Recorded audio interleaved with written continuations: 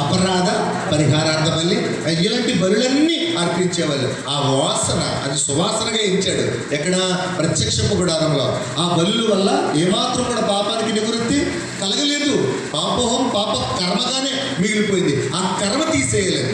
చాలా సార్లు మనం అంటా ఉంటాం, అది కర్మండి, ఆ కర్మ కూడా బాధ్యుడండి అంటాం. ఈ కర్మ తీసేయాలనే యోగులకు ఆలోచన వచ్చింది. ఎద్దులు తరిగిపోతున్నాయి, పాపం అలాగే మిగిలిపోతుంది. అండ్ ఆస్తులు తరిగిపోతున్నాయి, పాపం అలాగే మిగిలిపోతుంది. ఒకరోజు అనుకున్నాడు దేవుడి దగ్గర, పాప సహితునిలో నుండి పాప రహితుడు పుడితే ఎంత మేలు అనేసి ఆయనే ప్రశ్న వేశాడు.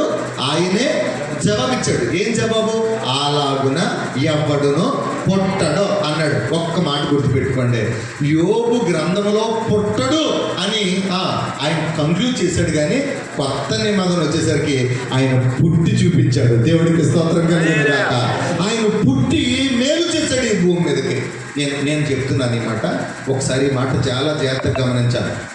మనం చేసిన పొరపాటు, మనం చేసినటువంటి ఇబ్బందులు, బైబిల్ గ్రంథంలో యేసుక్రీస్తు ప్రభువు ఈ భూమి మీదకి రావడానికి యోబు ఎలా ఆలోచించాడో, పాప సైతుల్లోంచి పాప రహితుడు ఉండాలని, అది నెరవేర్చడానికి యేసయ్య భూమి మీదకి వచ్చాడు.